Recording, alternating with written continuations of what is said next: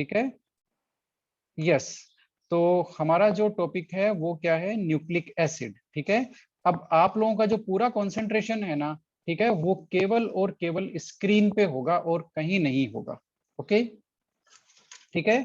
So just focus your full attention towards screen only. So what's our topic for the day? Anyone? Nucleic acid. Nucleic acids. तो nucleic acids basically, nucleic acids कौन से दो nucleic acids जिनको हम लोग पढ़ने वाले हैं वो कौन से हैं? DNA and RNA. DNA means what? Deoxy ribose nucleic acid, और आरएनए राइबो न्यूक्लिक एसिड। ठीक है, डीऑक्सी राइबो न्यूक्लिक एसिड और राइबो न्यूक्लिक एसिड। डीऑक्सी का फर्क है, डीऑक्सी को हम देखेंगे what does it mean deoxy. ठीक है, ओके। तो न्यूक्लिक एसिड्स जैसे जैसे प्रोटीन्स, अब मेरी बात को आप ध्यान से सुनना, प्रोटीन्स अल्फा अमीनो एसिड के पॉलीमर होते हैं। स्टार्च जो ग्लूकोज है, अल्फा ग्लूकोज के पॉलीमर होते हैं। वैसे ही न्यूक्लिक एसिड न्यूक्लियोटाइड्स के पॉलीमर हैं, न्यूक्लियोटाइड के पॉलीमर हैं। ये न्यूक्लियोटाइड है ना, इसके पॉलीमर हैं कौन? प्रोटीन्स। बात आपको समझ में आई? ओके, प्रोटीन्स न्यूक्लियोटाइड के पॉलीमर होते हैं। ठीक है ना। अब ये क्या रोल प्ले करते हैं? इनके दो इंपॉर्टेंट रोल हैं, वो आप लोग देख लो क्या है। एक तो transmission of hereditary characteristic. Hereditary characteristic का मीनिंग होता है जो पेरेंट्स के जो कैरेक्टरिस्टिक होते हैं वो जो क्या बोलते हैं, पेरेंट्स के जो कैरेक्टरिस्टिक, उनके जो क्या बोलते हैं उनको? ऑफस्प्रिंग। उनमें ट्रांसफर होते हैं ना। ठीक है, तो वो उसके थ्रू होते हैं, किसके थ्रू? डीएनए के थ्रू, है ना। तो जो हेरिडेटरी कैरेक्टरिस्टिक होते हैं पेरेंट्स से सन और डॉटर में, वो जो हेरिडेटरी कैरेक्टरिस्टिक ट्रांसफर होते हैं डीएनए के थ्रू। ठीक है, ये न्यूक्लिक एसिड्स के थ्रू। तो बेसिकली और क्या काम है डीएनए का और इन न्यूक्लिक एसिड्स का क्या काम है? बायोसिंथेसिस। जो प्रोटीन की जो बायोसिंथेसिस होती है उसमें इनका इंपॉर्टेंट रोल होता है। तो ये दो इंपॉर्टेंट रोल है यहाँ पर, ट्रांसमिशन ऑफ हेरिडेटरी कैरेक्टरिस्टिक।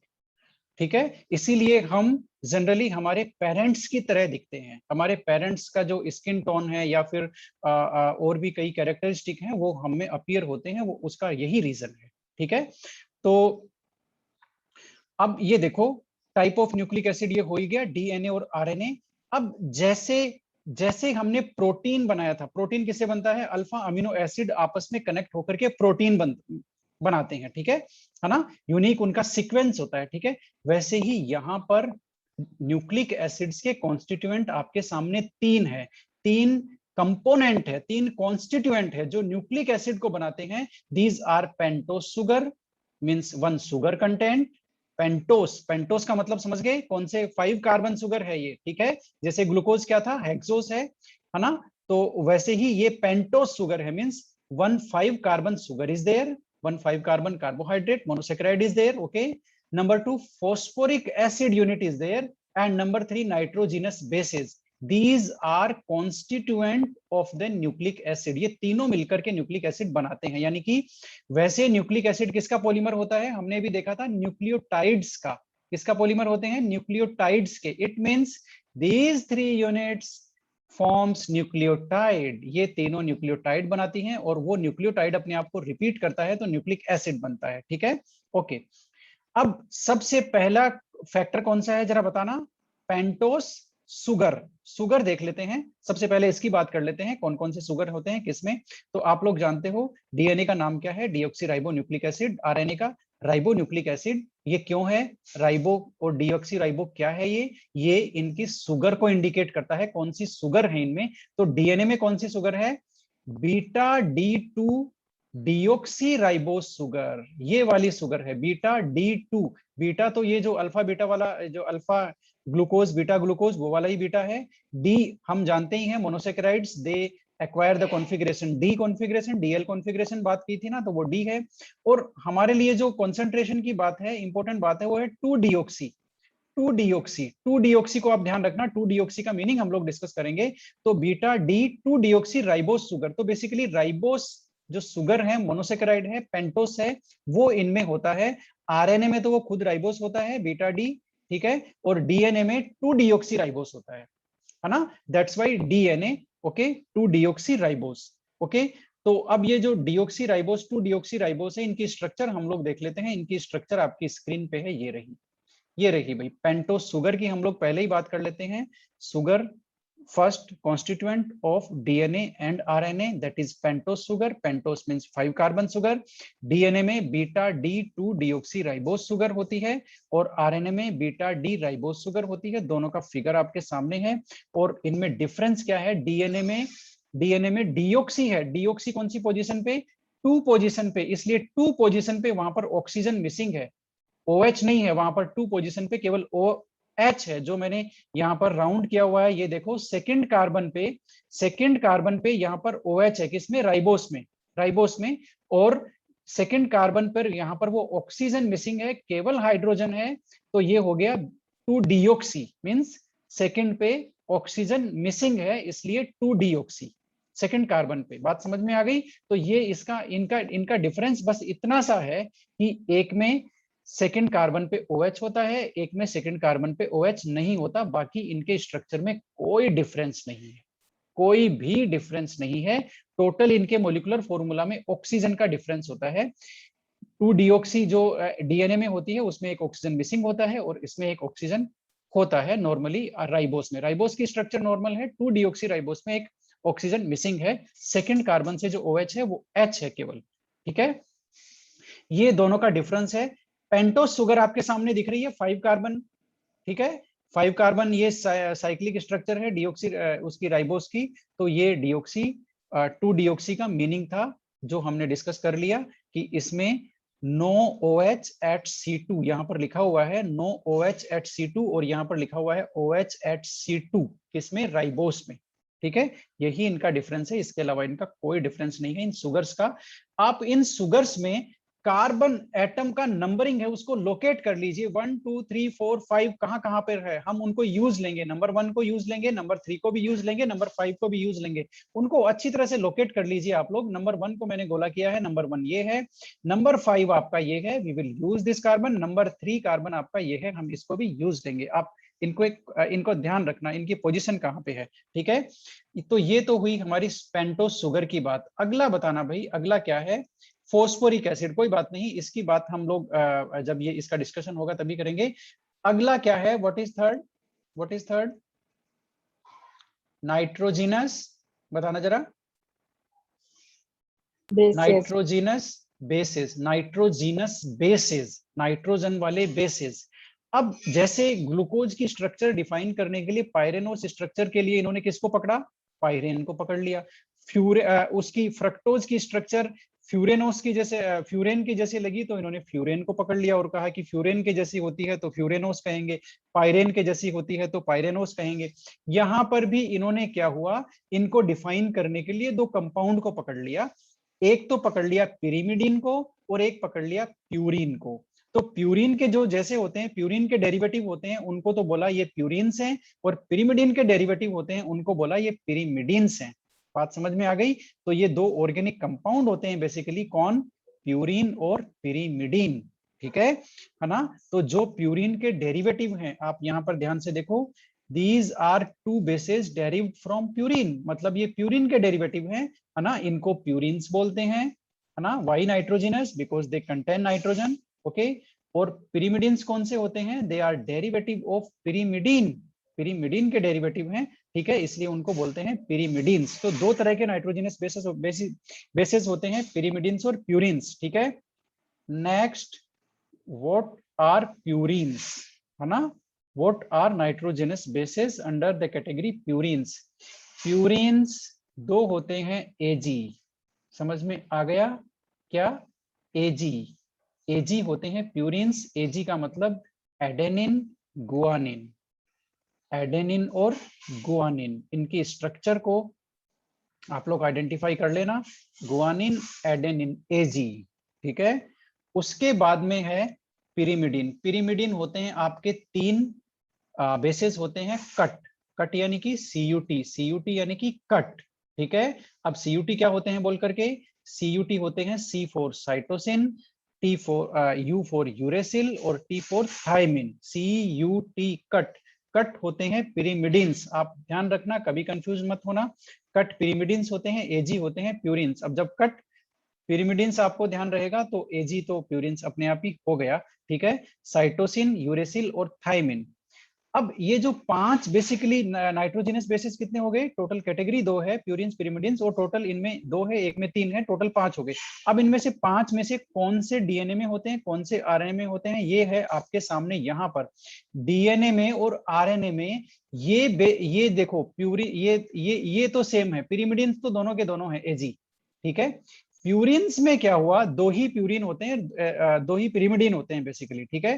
तो डीएनए में पिरिमिडिन तो एजी है, लेकिन प्यूरिन्स कौन से हैं? सीटी है, सीटी यानी कि साइटोसिन और थायमिन, थायमिन। और आरएनए में थायमिन किसी का कौन सा आ गया, बताना जरा।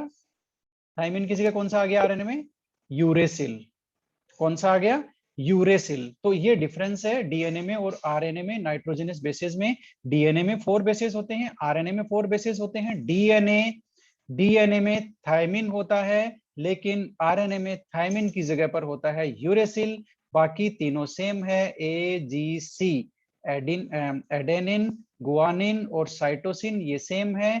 डीएनए में थायमिन और आरएनए में यूरेसिल होता है उसकी जगह पर। इस तरह से ये 4 बेसिस होते हैं, ये डीएनए के हैं, और यदि उसको रिप्लेस कर देंगे यूरेसिल से तो वो हो गए आरएनए के। इतनी बात हुई खत्म। ये हमने बेसिस की बात की है, ठीक है ना। और आप लोग इतना भी देख लो, प्यूरिन है वो डबल रिंग वाले हैं, है ना, और पिरिमिडिन्स हैं वो सिंगल रिंग वाले हैं, ठीक है, सारे के सारे तीनों के तीनों। ओके, पेंटोस शुगर की बात हो गई। अब हम लोग बात करते हैं टर्म की, और हमारी टर्म आ गई है न्यूक्लियोसाइड। आपके सामने एक टर्म है जिसको मैं राउंड कर रहा हूं, एंड दैट इज न्यूक्लियोसाइड। इसको आप पहचान लो, न्यूक्लियोसाइड होती क्या है। तो ये जो कॉन्स्टिट्यूएंट है, सुगर और कौन कौन, पेंटोस शुगर, फॉस्फोरिक एसिड, और कौन है हमारे पास, नाइट्रोजनस बेसिस। ये अब तीनों मिलकर के क्या बनाएंगे, न्यूक्लियोटाइड बनाएंगे। न्यूक्लियोटाइड अपने आप को रिपीट करके क्या बनाएगा, डीएनए बनाएगा और आरएनए बनाएगा। बात समझ में आ गई? ओके। तो न्यूक्लियोसाइड एक टर्म है, उसका मीनिंग क्या है? उसका मीनिंग है बेस और शुगर का जो कॉम्बिनेशन होता है, दैट इज न्यूक्लियोसाइड। ये आपका यहां पर आप देख लो जरा, इस स्ट्रक्चर को ध्यान से देखो। ये शुगर है, ठीक है, कौन सी शुगर है? राइबोस शुगर है, ठीक है। सेकंड पे OH है ना, इसका मतलब राइबोस है, डिओक्सी राइबोस नहीं है, राइबोस है। ओके, तो राइबोस शुगर के कौन से कार्बन पे बेस अटैच हुआ है, बताना जरा, कौन से कार्बन पे बेस अटैच हुआ है? ये बेस अटैच हो गया ना, बताओ जरा, कौन से कार्बन पे हुआ है? C1 पे। हमेशा ध्यान रखना, शुगर के C1 कार्बन पे बेस अटैच होता है, कॉम्बिनेशन बनता है बेस और शुगर का, और उसको बोलते हैं हम लोग न्यूक्लियोसाइड, न्यूक्लियोटाइड नहीं, न्यूक्लियोसाइड, ठीक है। ये देखो, बेस शुगर पे अटैच हो गया, कहां पर? C1 पे, उसको बोलते हैं, इस कॉम्बिनेशन को बोलते हैं न्यूक्लियोसाइड। तो I think you have got it that what is nucleoside, base plus sugar, this combination is known as nucleoside. Base कहां अटैच होता है? C1 पे अटैच होता है। ये बात हमने क्लियर कर ली।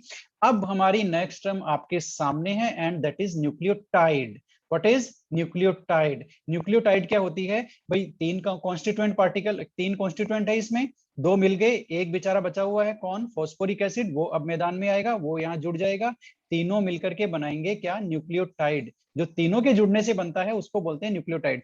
अब यहाँ पर ये चीज तो क्लियर है, what is this is base plus sugar plus phosphoric acid, ये होता है इन तीनों का कॉम्बिनेशन है न्यूक्लियोटाइड। ओके, अब भाई न्यूक्लियोटाइड का स्ट्रक्चर यहाँ आपके सामने है, ये रहा, देखो, शुगर है, ये मैंने जहां पर लिखा है sugar, that is sugar. Okay, इसके C1 पे कौन अटैच है, बताना जरा। C1 पे कौन अटैच है? बेस आकर के अटैच हो गया C1 पे। अब फॉस्फोरिक एसिड यूनिट है, ये रही, ये कहां अटैच हो गई आकर के, कौन से कार्बन पे अटैच हुई, बताना जरा। फॉस्फोरिक यूनिट जिसको मैं राउंड कर रहा हूं, कौन से कार्बन पे अटैच है ये? C5 पे अटैच है, ये देखो C5 पे अटैच है। तो हमेशा ध्यान रखना सुगर में C1 पे बेस अटैच होता है और C5 पे फॉस्फोरिक एसिड की जो यूनिट है वो अटैच होती है। अब तीनों का कॉम्बिनेशन बन गया। किस किस का कॉम्बिनेशन है आपके सामने, ये रहा। सुगर से C1 पे बेस अटैच हुआ, फॉस्फोरिक एसिड अटैच हुआ C5 पे, और इन तीनों के कॉम्बिनेशन को बोलते हैं न्यूक्लियोटाइड। क्या बोलते हैं? न्यूक्लियोटाइड। बात समझ में आई? ये न्यूक्लियोटाइड है, ठीक है। ओके, न्यूक्लियो, ये यहां पर, ओके, ये न्यूक्लियोटाइड है, ठीक है। तो ये बन गया न्यूक्लियोटाइड। अब न्यूक्लियोसाइड का कॉन्सेप्ट क्लियर है? बताना जरा, बोलो भी। न्यूक्लिक एसिड का मतलब समझ में आ गया? कॉन्स्टिट्यूएंट पार्टिकल समझ में आ गए? कॉन्स्टिट्यूएंट पार्टिकल नहीं है, बेसिकली कॉन्स्टिट्यूएंट्स है ये इसके, ठीक है। नाइट्रोजिनस बेसेस दो कैटेगरी है, पिरिमिडिन्स, प्यूरिन्स, है ना, एजीज और कट, सीयूटी, ठीक है।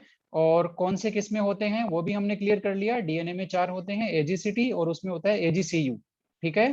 तो आरएनए में क्या डिफरेंस है? डीएनए में जो थाइमिन होता है, आरएनए में उसकी जगह यूरेसिल होता है। और ये हमारी सुगर्स हैं, है ना। डीएनए में डीऑक्सीराइबोस है, उसमें राइबोस है ना। डिफरेंस क्या है? ऑक्सीजन का डिफरेंस है, कहाँ पर? C2 पर, एक में OH होता है, एक में OH नहीं होता। और ये न्यूक्लियोसाइड है, बेस प्लस सुगर कॉम्बिनेशन, वहां पे आ गया फॉस्फोरिक एसिड और C5 पे अटैच हो गया, उसको बोलते हैं न्यूक्लियोटाइड, ठीक है। इतना हमने डिस्कस कर लिया। अब भाई न्यूक्लिक एसिड क्या होते हैं? न्यूक्लियोटाइड के पॉलीमर होते हैं। तो न्यूक्लियोटाइड, एक न्यूक्लियोटाइड दूसरे न्यूक्लियोटाइड से अटैच होगा और एक लंबी चेन बनेगी और बन गया आपका न्यूक्लिक एसिड। बात समझ में आई? ठीक है। तो अब यहां पर अगला लिंकेज, इस चैप्टर में 3 इंपॉर्टेंट लिंकेज है, ग्लाइकोसिडिक लिंकेज और एमाइड जो, और peptide linkage, glycosidic peptide protein में, ग्लाइकोसिडिक कार्बोहाइड्रेट में, ठीक है। और न्यूक्लिक एसिड में जो थर्ड टाइप का इंपॉर्टेंट लिंकेज आ रहा है, that is phosphodiester linkage. Phosphodiester linkage पहचान लो, है ना। ये थर्ड लिंकेज है, इसकी डेफिनेशन मैंने लिखी हुई आपको इन नोट्स में ही दी है। तो अब न्यूक्लियोटाइड्स एक दूसरे से ज्वाइन होंगे, कौन से लिंकेज के थ्रू ज्वाइन होंगे? फोस्फोडाइएस्टर लिंकेज के थ्रू ज्वाइन होंगे। ये इंपॉर्टेंट है। साथ में ये भी इंपॉर्टेंट है कि कौन कौन से कार्बन एटम के बीच में ज्वाइन होंगे। वो होंगे C5 और C3, सुगर के इन दोनों के बीच में वो डाइएस्टर लिंकेज होगा, C5 और C3 के बीच में, ठीक है ना। सुगर के, अब देखते हैं भाई किस तरह से आपके यहाँ राइट लेफ्ट साइड में जहां पर मैं टिक कर रहा हूं, आप ध्यान से देखिए, 2 न्यूक्लियोटाइड की यूनिट्स है, 2 न्यूक्लियोटाइड की यूनिट है, ये बीच में सुगर है। सुगर से C1 पे बेस अटैच हुआ, स्क्रीन पे आप देखते रहिए, और C5 पे अटैच हुआ फॉस्फोरिक एसिड, ये बन गया आपका न्यूक्लियोटाइड। सेम न्यूक्लियोटाइड एक नीचे और है, ये 2 न्यूक्लियोटाइड है, ये 2 न्यूक्लियोटाइड आपस में ऐड होंगे और बनाएंगे फोस्फोडाइएस्टर लिंकेज के थ्रू ऐड होंगे। अब आप यहां ध्यान से देखिए एक बात, ये जहां मैं 5 लिख रहा हूं, ये इस सुगर का 5th कार्बन है, ठीक है। This is 5th carbon of this sugar. और ये इस सुगर का 3rd कार्बन है, where I am writing 3rd। ये 2 न्यूक्लियोटाइड है, देखो ऊपर अलग न्यूक्लियोटाइड है, नीचे सेपरेट न्यूक्लियोटाइड है। तो ऊपर वाली जो सुगर यूनिट है उसके 3rd कार्बन पर ये जो OH है ये, और ये 5th कार्बन पे जो ये जो फॉस्फोरिक एसिड यूनिट है ये, इनके बीच में एस्टर लिंकेज बनेगा, इनके बीच में एस्टर लिंकेज बनेगा। इसका मतलब ये हो गया, ये जो फोस्फोडाइएस्टर लिंकेज है, ये एक सुगर यूनिट के 3rd कार्बन और दूसरी सुगर यूनिट के 5th कार्बन को कनेक्ट करता है। एक सुगर यूनिट के 3rd कार्बन और दूसरी सुगर यूनिट के 5th कार्बन को कनेक्ट करता है। ये देखो आप ध्यान से, अब आपकी स्क्रीन पे ये आ गया, ये देखो, ये फोस्फोडाइएस्टर लिंकेज बन गया, ठीक है। किस किस के बीच में? 3rd कार्बन इस सुगर का और 5th कार्बन इस सुगर का। 5th कार्बन और 3rd कार्बन को इन्होंने क्या किया है? कनेक्ट कर दिया फोस्फोडाइएस्टर लिंकेज से। तो ये है आपका फोस्फोडाइएस्टर लिंकेज। बात समझ में आई? तो फोस्फोडाइएस्टर लिंकेज क्या है? लिंकेज, जिस लिंकेज के थ्रू 2 न्यूक्लियोटाइड यूनिट्स, ठीक है, कनेक्ट होती हैं via 3rd carbon of one sugar unit and 5th carbon of the another sugar unit of another nucleotide, ठीक है। तो इस तरह से ये डाइएस्टर लिंकेज है। डाइएस्टर लिंकेज का मतलब समझ में आ गई आपको? एक एस्टर क्या होता है भाई हमारा? एक एस्टर तो ये होता है, ये एक एस्टर है, ठीक है, OR। इसमें दोनों साइड में एस्टर लिंकेज है, ये देखो इस साइड भी एस्टर लिंकेज है और इस साइड भी एस्टर लिंकेज है। एक एस्टर लिंकेज का मतलब आप समझ लो, देखो एक CO के एक साइड में OR, ठीक है। यदि आप डबल बॉन्ड CO के दोनों तरफ OR लगा देंगे तो ये हो गया डाई एस्टर लिंकेज। बात समझ में आई आपको? यहाँ पर यही हो रहा है, ध्यान से आप देखिए। डबल बॉन्ड कहाँ है वो भी मैं आपको दिखाता हूं। ये देखो, ये फोस्फोरस और ऑक्सीजन डबल बॉन्ड है और इसके दोनों साइड में ये एस्टर लिंकेज है ऑक्सीजन के थ्रू, तो ये हो गया phosphodiester linkage. Phosphorus तो यहाँ पे है ही है, ठीक है।